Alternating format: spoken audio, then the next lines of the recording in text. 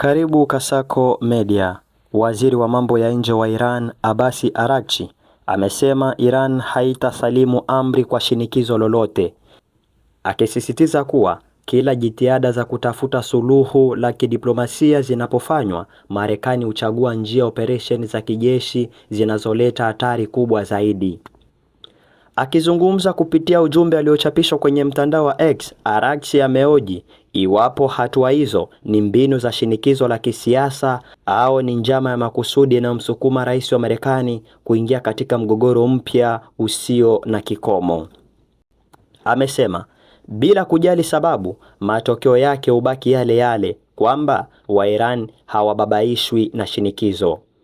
Waziri huyo pia amepinga takwimu zilizotolewa na shirika la ujasusi la Marekani CAI kuhusu akiba ya makombora ya Iran, akizitaja kuwa si sahihi. Amedai kuwa uwezo wa akiba ya makombora na mifumo ya kurushia nchini Iran hauko katika kiwango cha 75% kama inavyodaiwa kufikia Februari 28, bali ni 120%. Kauli hiyo imekuja kufuatia mvutano wa kijeshi wa Marekani na Iran katika eneo la mlango bahari wa Hormuz usiku uliopita.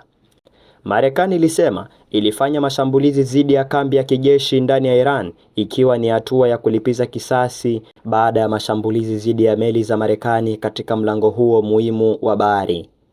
Hata hivyo, Rais wa Marekani Donald Trump baadaye alidai kuwa licha ya mapigano hayo ya kubadilishana mashambulizi, makubaliano ya kusitisha mapigano bado yalikuwa yanaendelea. Basi kwa kupata mengi zaidi, jiunge na Kasako Media.